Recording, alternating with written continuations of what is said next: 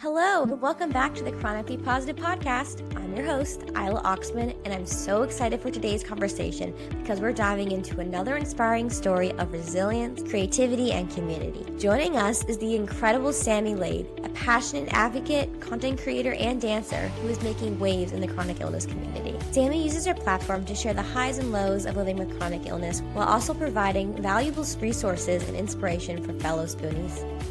She's all about fostering connection and building a supportive community. And today she's here to share her journey, insights, and the way she's turned her experience into a source of empowerment for others. This episode is packed with heart, honesty, and inspiration. So let's get started. Thank you so much for being on the show, Sami. Yes. I'm so excited to meet and talk to you because I feel like I've been following you for like 2 years. Yes, I know. I feel like we connected very early when I got on because you've been on. But yeah, nice to finally It talk is to you. so exciting. So, as I tell everybody when I start the show's about positivity, but obviously we got to talk about the not so positive stuff because that's the stuff that got you to where you are today. So, I'd love to hear your story. So I started having like chronic pain when I was 12. And it started out as just like shoulder pain, and it got like diagnosed as just like, oh, you're a dancer, you're active, you're growing. So I was really short for like a really long time. Like I didn't hit 5 foot until like 9th grade or Oh, something. And they were wow. like, oh, you're just growing. It's okay. And then it just kind of just always hurt. And they eventually were like, oh, it's tendonitis. That's what it is. That's what I was diagnosed with too, because I used to be a dancer too, and I gave up because it was too painful. But it was tendonitis was the diagnosis. Yeah. That is. No, I think that's like, and like so many of my students, that's like, they get diagnosed with tendonitis, and I'm like, is it actually tendonitis? Yeah, so it was diagnosed as that, and then I like eventually started physical therapy, and then I think it just was a physical therapist that maybe wasn't the most knowledgeable, and I ended up getting like more hurt. And then I was like, oh no, PT is bad. I don't like this. So then, I don't know, just kind of was in pain for many, many years. And then in college, it was like pretty darn bad. And it was like, I don't know, like it spread to beyond my shoulder. Right. After college, I graduated and I was like, I need to figure this out because I started teaching full time. And I was like, I can't get through teaching. So then I got my first MRI, which I don't know how it was the first one after I was in college because I had gone so many times. But they're like, oh, you tore your rotator cuff. And so they were like, that's why you're in pain. So then I had surgery on that, and then it didn't really fix anything. So then eventually I found a PT that I really, really like, and I still work with her, and she's awesome. And she was like, do you know what EDS is? And I was like, oh, okay. So then I found my doctor, who I still work with, and she was like, first visit, she was like, yeah, and also you definitely have POTS. And I was like, what's POTS? I didn't even know what that was. Right. So I was actually diagnosed with POTS before officially being diagnosed with Ehlers-Danlos. And then, POTS, and then EDS, MCAS. Yeah. Oh, you have MCAS too? Yeah. She calls it subtle MCAS. Subtle MCAS. Well, okay. So do you have your own dance studio? So my sister and I own a studio. It's our 9th year. She owned it before she started it my last year of college. And then I like taught at it after college. And then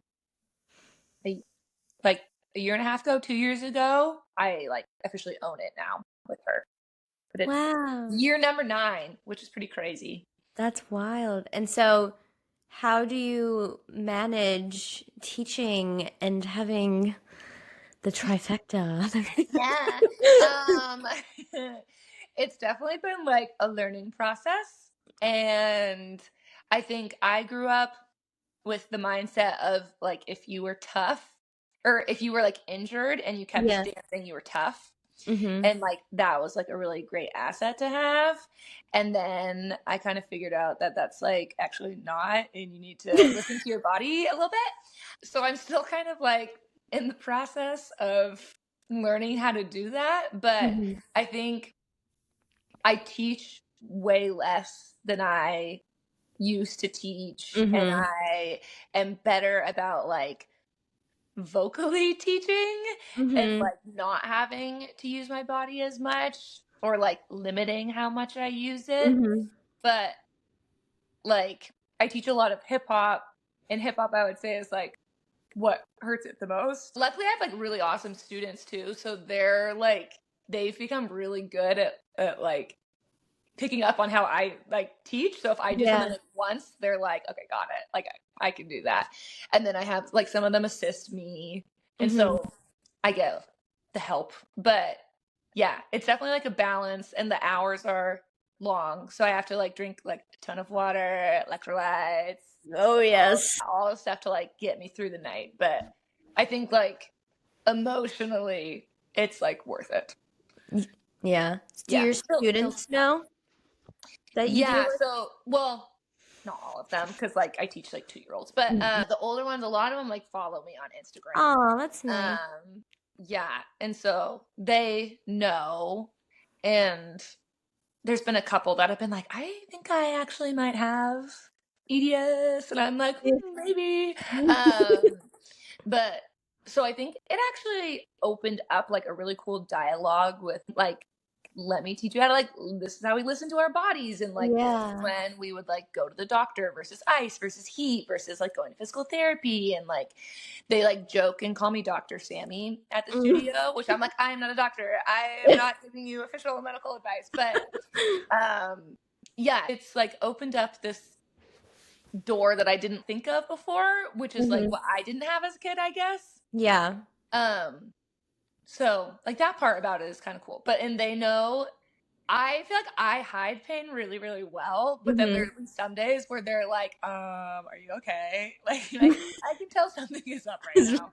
You're not moving your arm. And so I'll be like, ooh, yeah. Yeah. But yeah, they're awesome. I'm very fortunate. That's awesome. So, when did you start deciding to share like your story online? I mean, obviously, I feel like you've been on as long as I've been on, but what prompted? I mean, I think it's been like 2 years. I don't know. But yeah, so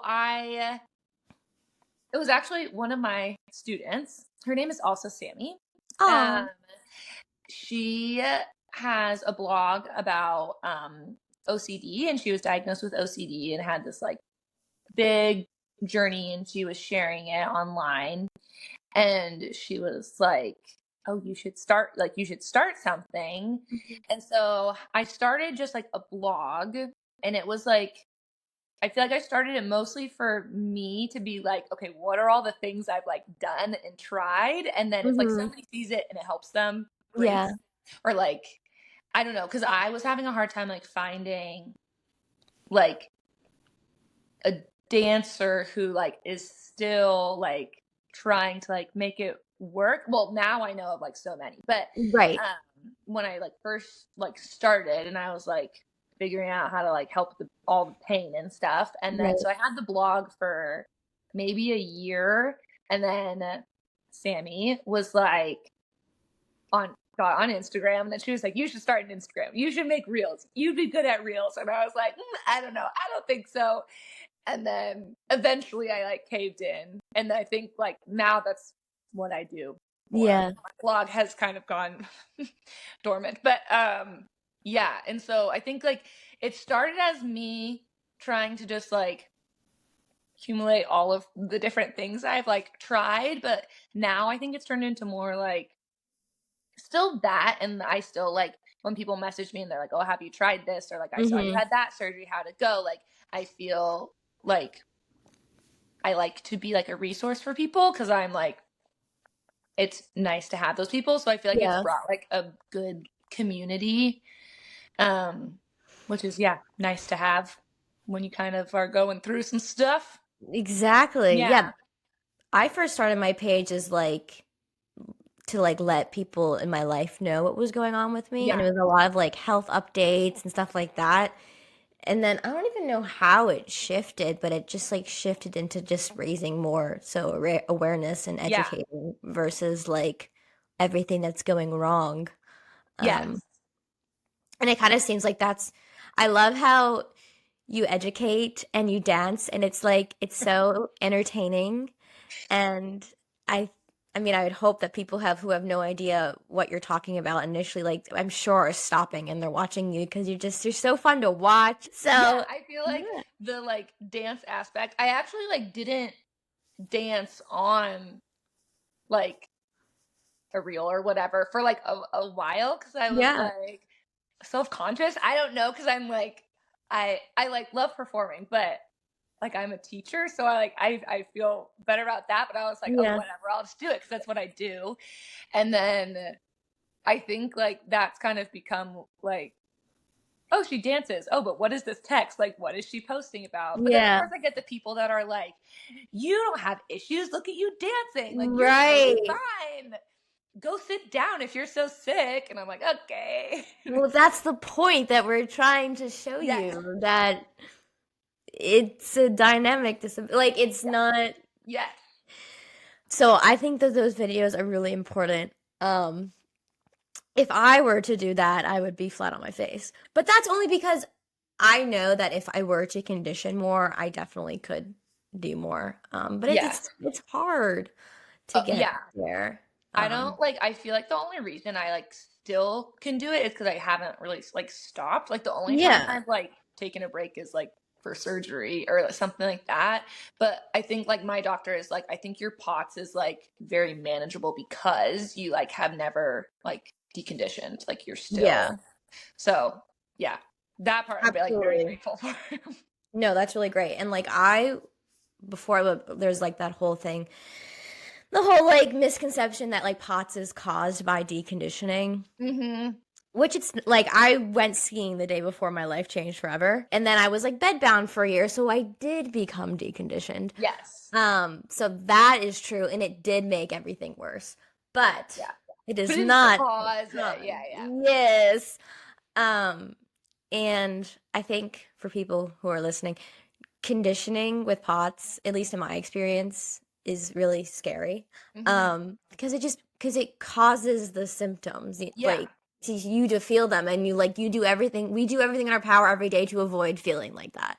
Yes. And it like, yeah, you like have to like test your limits and you're like, oh, nope, there it was. Like, there was the limit. Yeah, and it's Yeah. always like worrying, like, is this too much? Because like my cardiologist is like, get your heart rate up. I'm like, well, how much is too much? You're like, And I can like, just stand and it'll go up. So like, exactly. where do you want me to go? Yeah. Um, but no, I definitely have been wanting to dance more. And my interview with Kaylee Bays, we were talking Mm-hmm. about it because a lot of her not I don't know if a lot of her students have POTS, but she like does classes where like everything like arms don't go like above the head because Yes. that's like a Yeah. triggering thing. And so and I really want to get back into dance because it was something that I stopped because I just couldn't do it Yeah. without feeling so ill. Yeah. Um, because I used to do musical theater and do Ah, like I musical. love, yes, I Yes, love musical theater. Yes. yes, I wanted to go to college for it, but the body said no. Um, Yeah. and that That's was before I very even fair. knew. That was before I even knew that like I was sick. Mm-hmm. Because like I would sing and see stars. That's what happens. Yeah. I have a hard time like singing for like any length of Yeah. time. Yeah. I'm joined by my cat right now. Yeah. Oh, hi. Let's see if I can get him. This is Louie. Oh. Oh my God, he looks like he has a He mustache. does. Cute. He's very fluffy. Oh my gosh, I want a cat so bad, but I'm so allergic. It's not even funny. Do not get a cat if you're Oh my allergic to God. them. All of our friends have cats, me and my boyfriend's friends, and like we go to their houses, but I'm just like, You're I'm a like, mess I'm every day. dying, but I want them. No, I'm like so doped up on allergy medication when I go there. Are you allergic to Um, dogs? No, you have a dog, don't you? I so I am allergic to like dogs that shed. Oh, okay. Um, Although I do feel like I'm kind of allergic to my little poodle, But I'm honestly like, I cry and I break out in hives. So like I don't even know. That's fair. Yeah, like I think I'm just allergic to like everything. The world, yeah. It's a new thing every day. So I just accept it and replace the itchiness with her love that she provides me with. Yeah. Okay, so you have a dance studio, you teach, and is your sister, she's healthy, and does anyone in your family share what you So I was diagnosed with all my fun stuff when I was like 26, so like 3 years ago. And then within the next year, I think my mom was diagnosed with EDS. And so she got officially diagnosed with it. I have 3 sisters, but the one I own the studio with, Amanda, she was diagnosed with it this year. I don't think my other sisters have it, but my mom and my sister Amanda and I definitely EDS. Neither of them have been officially diagnosed with POTS or MCAS, but probable. Yeah. Wow, that's so interesting. So my mom has it too. She has EDS and didn't get diagnosed until I did because it made sense for her all of a sudden. Yeah. It's interesting because like some people, like I was interviewing somebody else and they're like the only person in their family who has any of Ehlers-Danlos or POTS. And then there's some families where it's like it's the whole gang's got it. Yeah. Like I'm pretty darn sure my grandma on my mom's side had it. And like now it's like, oh, all that stuff makes a lot of sense. Yeah, exactly. It sucks that like it wasn't well known because I mean, not that there's so much you can do for it anyways. I know. My mom is like, I don't think I wanted to know. I think I liked living in the denial that anything was wrong. Yeah. Well, a lot of people have like EDS and they go their whole lives, they don't know it because it just doesn't really affect them. It doesn't, yeah. They're just hypermobile and like that's it. And that's kind of what I thought that I had too. And then within the past 2 years, my joints have been dislocating and I'm like, okay, maybe I'm a little bit more than just maybe it's a little more. Did I tear my labrum? I think I may have. Oh no. Yeah. No. So interesting. Yeah, no, I didn't. It's all good, but it felt like it. My mom did though. My mom definitely she tore that thing. I don't. We tear easily. It was hip. Yeah. Yeah. That was. I don't even know when I had that. Was that this year? No, last year. Surgery for that. But my mom has had 3 labrum tears on her hips. So that must be an EDS thing then. I mean, yeah. I've done both my shoulders and my hip. Is that do you tear them dancing or just living? I think dancing cuz the hip one was like I'm like pretty for certain my hip dislocated. Yeah. But this was before I was diagnosed, so I was like I can't walk and it like hurt really bad and like somebody had to put it back in. So I'm pretty sure that's what happened and I think it tore then, but then it was like 5 years until I like actually tried to take care of it. Oh no. Because I was like, I'd rather not have to have surgery. And so then I like tried to make PT work for as long as possible. And then I couldn't like sit. So decided to get it fixed. Oh, that's awful. But it's better now. It's lasted. It stayed. That's good. That's really good. I remember, I can't believe it. Has it been a year since you had your shoulder surgery? Shoulder surgery was... Or that felt recent. Okay, yeah. Yeah. On April Fool's Day. Oh, that would make me superstitious. Yeah, I feel like that, like, that's actually the second surgery I've had on April Fool's Day. No way. What a joke. No. Yeah. That was kidney stones, though. And I don't think that was, like, EDS related. Wow. That was just luck of the draw. So did they both go well on April Fool's Day? Did they? Yeah. Maybe it's a good day to have surgery. I don't know. I was like, that's probably the worst day, though. Because then they're like doing something and then the surgeon would be like, April Fools! We amputated your arm. Yeah. And then you're like coming off of anesthesia and you're like, what? You'd hope that a doctor would restrain themselves from partaking in April Fools. I was not pranked. That's really funny. Yeah. But yeah, I think like in the past couple years, I've had like a surgery each year. Wow. Which is, yeah. Yeah. Is there anything you would like to share? Any wise words of wisdom for people maybe who are dancers with EDS or POTS and they're like, oh no, I cannot dance anymore. But yes, you can. What can you tell them? Yes, I think Kaylee might have said this, but I am a big advocate for learning how to adapt. And so I think literally anybody could dance. You just have to learn how you have to adapt to it. And each person is different with their limitations. Limitations is the word I was looking for. And oh my God, I can't believe I'm the one who helped with the word. It's usually the other way around. Brain fog hit real hard there. Yeah, with their limitations. And I think it's like the most important lesson I learned is learning how to listen to your body.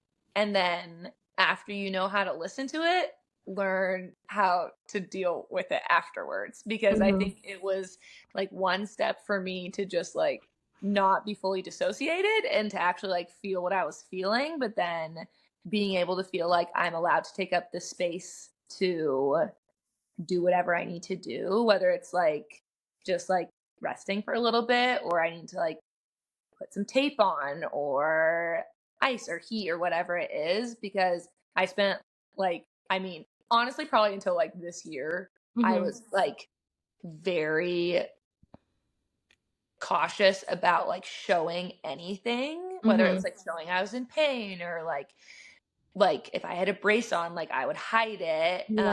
Because I thought it was like a distraction, and it felt like an inconvenience, and I felt like not a good enough teacher if I like wasn't able to do everything. But I think now I've learned that if I like show my students that like the importance of listening to your body and that it's really okay to take care of it, I think that's a good lesson for them to learn, and it's still a lesson I'm learning, but learning how to implement it. But I think that's been like the biggest like mountain I've had to climb. That's really great. When was there ever a time where you thought that you just couldn't dance, like it was just not going to be in the cards for you? Or yeah, I think when I was I pushed through it like all of junior high school, and I like had in my heart that I was going to dance, but never like really said it out loud. And then in college, I was on, there was like a hip hop dance team, and I also taught like after school. And I was like really struggling with fatigue. And I was like, oh my gosh, I can't do this. Like, this is too much. And then, but I like love teaching, and I like find so much joy in it. And then after I graduated and I started teaching at my sister's studio, that was the year I like was like, okay, I'm on a mission to like figure out this like pain thing and this fatigue thing. And fatigue was actually kind of the like main reason I like was searching for answers, because I was like, I can't do it. Like, there's no way I'm going to be able to like maintain this. And I think fatigue is still the thing that I am searching for answers. Yeah. Because I think that like pain, I feel like I can deal with a little bit more because I'm more used to it, because that's been what's been around the longest. Right. But yeah, fatigue is still what like I think stops me the most. Before I met my doctor, who was like, I don't know, my EDS doctor, she calls herself a medical detective. Oh, I love that. Yes, she has EDS, and like, she's cool. when I went to her, I was like, I don't think I can like do it. I think I have to stop dancing. And she was like, no, we're going to figure out a way to have you keep doing what you love. Because I have a bunch of doctors tell me to stop dancing. They were like, that's what causes your pain. That's why you're so tired. And then I was just like, no, there's no way. And she was like, if you stop dancing, what would that do to your emotional well-being? You have to find the balance of how can you still do it, but take care of yourself at the same time. Wow, we need more doctors like that. Yes, she's amazing. Oh my gosh, that is incredible. Like I was seeing a therapist for a while when I was first diagnosed with my chronic illness, and she was like, well, maybe you just like have to change your career path and like change. And I was like really upset by that, and I broke up with her. Yeah. I mean, that's how I felt when like all the doctors told me. I was like, are you insane? Like, absolutely not. Yeah. And like you said, there's always a way to adapt. You should always find a way to do what fulfills you and makes you happy. And it looks like you are doing exactly that. And that is so wonderful. Is your cat making biscuits? Yes. He's a professional baker. Can we have some? He really likes whenever I like have a virtual appointment of any kind. He is like all about it because I like live by myself. And so if I'm like talking, he's like, oh, who are you talking to? And he gets really happy. Oh. Can I bake for them? Oh, yeah. He's an entertainer. And what's his name again? Louis. Louis. Yeah. Oh, he's so cute. All right. Is there anything else you'd like to share? Any projects coming up that you'd like to let anyone know about? I think so. And if you don't, that is totally fine as well. I think learning, like, this is where I'm at, like, right now with my life is learning the balance of, like, mental health and physical health, because I think I spent a long time figuring out my physical health, and I am now tying together the mental health aspect of it. And I think anybody out there that is struggling with anything physical, or I guess vice versa, struggling with something mental, look into whichever one you don't think is an actual issue, because that has been a big game changer for me, focusing on my mental health, because I realized a lot of the reasons I wasn't listening to my body and wasn't taking care of myself was because of mental health stuff. So I think if somebody had told me that like 10 years ago, I would have felt a little bit better a lot sooner. Absolutely. I think that's about it. Well, thank you. And I totally agree with that. I mean, if the physical health isn't good, my mental health isn't good, my physical health isn't good. So it's really important to not neglect one over the other, because they are both as important. Yes. Well, thank you so much. Thank you for being on the show. It was so nice to meet you and talk to you. You're so fun. And that's a wrap for today's episode of the Chronically Positive Podcast. A huge thank you to Sami for joining us and sharing her journey, insights, and the amazing work she's doing in the chronic illness community. If you love this conversation as much as I did, make sure to follow Sami and check out her content for more inspiration and support. If you enjoyed today's episode, don't forget to subscribe or follow and share it with someone who might need to hear Sami's incredible story. And as always, thank you for being part of this community. You are the reason this podcast exists, and I'm so grateful for your support. Until next time, remember, your journey matters, and there's so much strength in sharing our story and lifting each other up. Take care, and I'll see you next week with another incredible guest.